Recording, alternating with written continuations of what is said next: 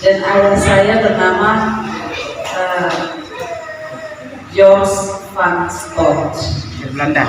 Ayah saya seorang warga negara Belanda, seorang polisi.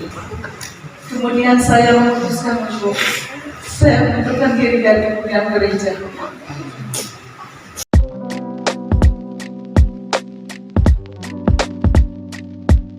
Shalom, selamat datang kembali di channel ini guys. Kali ini saya akan membahas kembali tentang mu'alaf.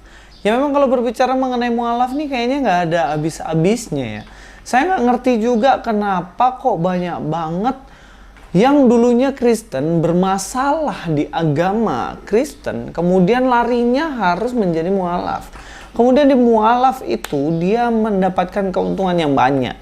Ya kebanyakan memang kayak gitu. Nah salah satunya ibu ini, dia ngaku seorang pendeta, bahkan melayani di salah satu gereja selama 3 tahun. Dan kemudian ngaku juga lulusan dari universitas gitu katanya. Nah kemudian ini sempat jadi heboh nih guys. Nah, dipikir beneran kayaknya ya. Tapi kebanyakan orang bilang ini prank doang. MUI di daerah Maluku sana diprank sama ibu ini gitu loh. Dan hari ini kita akan bahas karena saya sedikit memberi gelar kepada ibu ini, yaitu prank terepik penipuan mu'alaf terepik tahun ini. Kalau Imam Samudra, kok Imam Samudra sih? Bangun Samudra, Stephen Indra Wibowo dan juga beberapa yang lainnya itu udah tahun-tahun sebelumnya. Ini masih anget nih. Saya heran juga kok di zaman yang udah terbuka gini masih berani banget nipu gitu.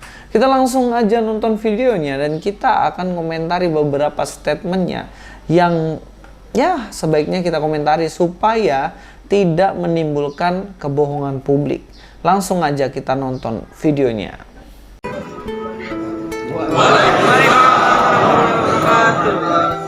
Terima kasih atas kesempatan saya. Sebelumnya saya perkenalkan diri, nama saya adalah Cynthia Tresia. Saya lahir di Ambon 31 Januari 1995. Kemudian saya lahir dari pasangan suami istri. Ibu saya bernama Leliana Yolanda dan ayah saya bernama George van Stott. Belanda. Ayah saya seorang warga negara Belanda, seorang polisi. Dan pada saat saya lahir, ayah saya kembali bertugas di negaranya sendiri. Oke, sampai di sini kita komentari dulu soal latar belakang dari ibu ini ya. Ini latar belakangnya ngeri banget nih. Dia ngaku bahwa dia adalah keturunan Belanda. Tapi sorry menyori saja nih ya, mukanya nggak ada Belanda-Belandanya gitu loh. Tapi selain itu yang perlu kita fokus adalah di mana dia mengaku ayahnya itu Van Stott atau siapa begitu. Tapi yang unik justru nama dia itu nggak ada marga dari papanya. Namanya justru De Vretes. Ini yang buat saya agak bingung. Tahu dari mana De Vretes? Mari kita akan cek aja ya. Nah ini adalah ibu tadi yang mu'alaf ya. Namanya di sini Cynthia De Vretes, bener ya? Cynthia De Vretes, dia di Bali Impact Church. Nah kalau kita lihat di sini jelas farmnya De Vretes. Dan ini apakah benar ini adalah farm dari papanya yang adalah keturunan Belanda? Ya jelas bukan kan. Selain itu ada hal yang janggal di sini mengenai papanya yang dulu katanya tugas sebagai seorang polisi dan ketika lahir dari Cynthia ini kemudian papanya kembali ditugaskan di Belanda. Yang buat saya heran, apakah ada polisi yang ditugaskan di Indonesia? Polisi Belanda tugas di Indonesia. Ya mungkin saja waktu zaman penjajahan Belanda. Tapi kalau Indonesia udah merdeka, saya rasa nggak ada lah ya polisi yang tugas di Indonesia.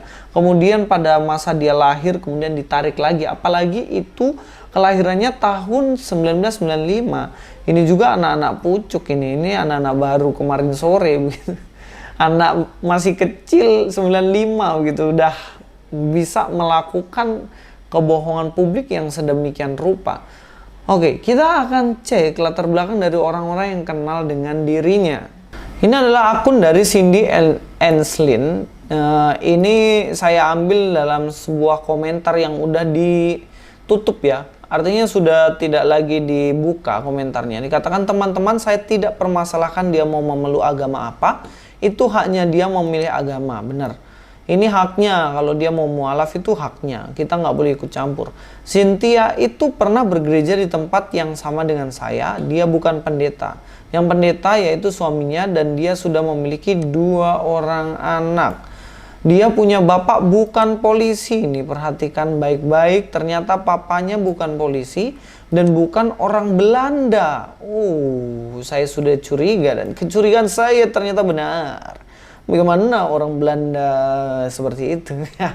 Tapi dia bapak terkenal di Masohi sebagai apa ini? Penipu. Bapak penipu sampai lari dari Masohi. Cynthia itu kan selingkuh. Saya katakan ini karena saya kenal sekali sama dia.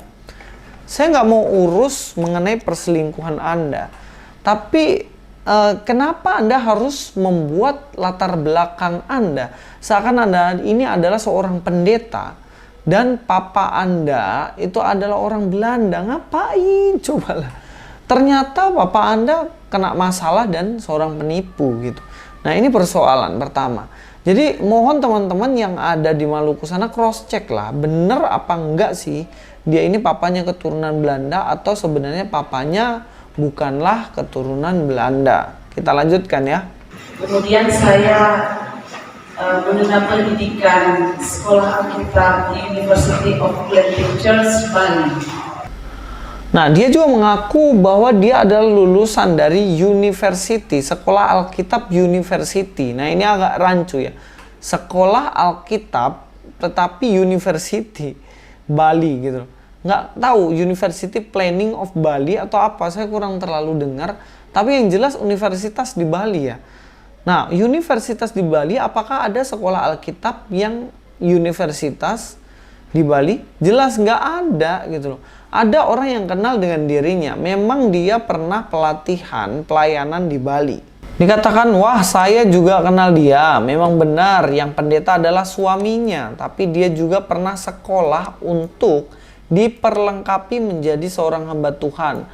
Perhatikan ya, bukan STT, ditaruh kurung, dan ini dipertegas, bukan STT.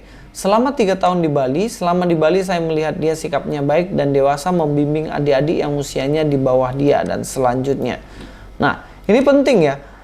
Dulu waktu di Bali masih Kristen dulu baik dia katanya, tapi kan itu lihat dari luar. Tapi ternyata dia bukan di universitas, bahkan bukan di STT. Jadi gini loh teman-teman, di dalam kekristenan, dalam Kristen itu ada semacam pelatihan pelayanan. Entah itu setahun, 2 tahun, 3 tahun, ada sekolah tinggi Alkitab, STT, sekolah tinggi teologi, yang mana itu nanti juga mendapatkan gelar STH. Tetapi sejauh ini sekolah Alkitab jelas di Bali itu nggak ada yang universitas. Nah, ada di Universitas Kristen Jogja, yaitu Universitas Kristen Duta Wacana. Di situ ada. Tetapi kalau di Bali yang tadi dibilang University of apalah Bali itu jelas nggak ada. Ternyata terbukti memang dia bukan kuliah untuk mendapatkan gelar STH ataupun kependetaan, tapi ternyata hanya perlengkapan atau memperlengkapi pelayanan yang di gereja. Seperti itu ya. Mungkin ceritanya wow supaya ya diakui lah di agamanya yang baru. Kita lanjut nonton videonya. Kemudian saya setelah lulus pada usia 21 tahun, saya memimpin sebuah jemaah di Maluku Tenggara selama 3 tahun. Kemudian setelah itu saya dipindahkan untuk mengabdi pada sebuah yayasan yang ada di Bali, karena saya banyak hal yang tidak sependapat dengan kepemimpinan gereja. Kemudian saya pindah untuk mengabdi tepatnya pada anak-anak panti asuhan. Setelah itu, tepatnya pada tahun 2020, saya kembali ke Ambon karena sebuah tugas dalam pekerjaan. Nah, pada tahun 2020 itulah untuk Pertama kalinya saya mendengar suara azan berkumandang. Dan pada saat itu hati saya hancur. Kemudian saya mendapat hidayah dari Allah.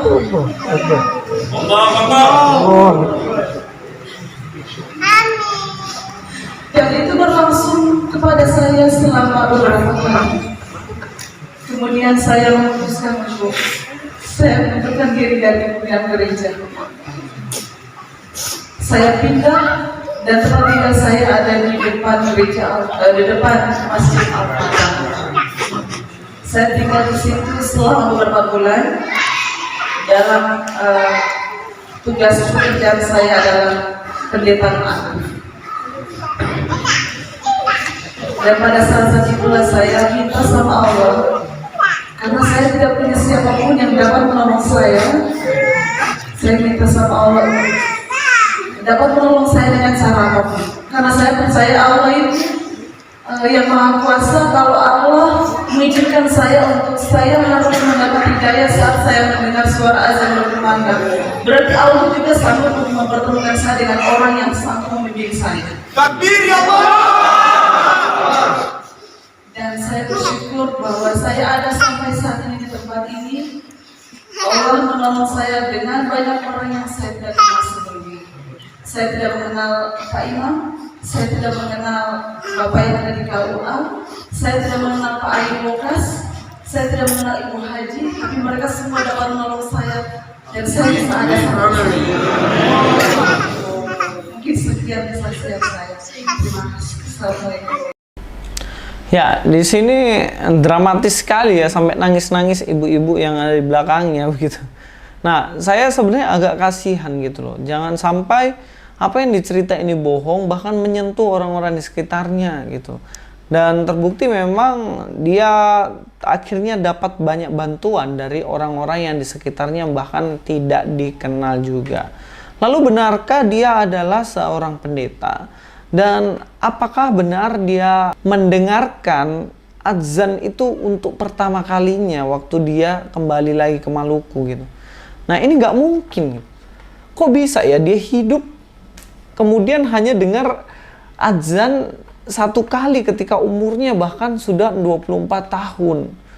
Di TV jelas ada azan.